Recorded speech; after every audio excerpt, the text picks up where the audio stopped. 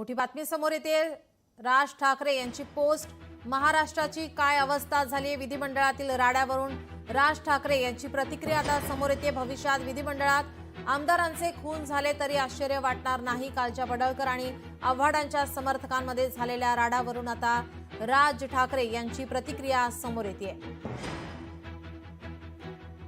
भविष्यात विधिमंडळात आमदारांचे खून झाले तरी आश्चर्य वाटणार नाही, असं राज ठाकरे यांनी आपल्या पोस्टमध्ये म्हटलं आहे। महाराष्ट्राची काय अवस्था झाली आहे। राज ठाकरे यांनी विधिमंडळातील राड्यावरून आपली प्रतिक्रिया दिली आहे।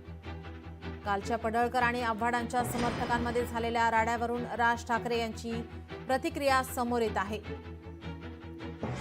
काल विधानभवन परिसरात सत्ताधारी पक्षाचे आमदार आणि विरोधी पक्षातील आमदार यांच्या कार्यकर्त्यांमध्येच तुफान हाणामारी झाल्याची चित्रफीत पाहिली। ही चित्रफीत पाहून आपल्याला खरंच प्रश्न पडलाय, काय अवस्था झाली आपल्या महाराष्ट्राची। सत्ता हे साधन असावं, साध्य नाही याचा विसर पडल्यामुळे आता वाटेल त्या लोकांना पक्षात घ्यायचं, त्या लोकांचा वापर इतर पक्षातील ज्येष्ठ नेत्यांवर गलिच्छ शेरेबाजी करण्यासाठी करायचा, असा उल्लेख राज ठाकरे यांनी आपल्या पोस्टमध्ये केला आहे।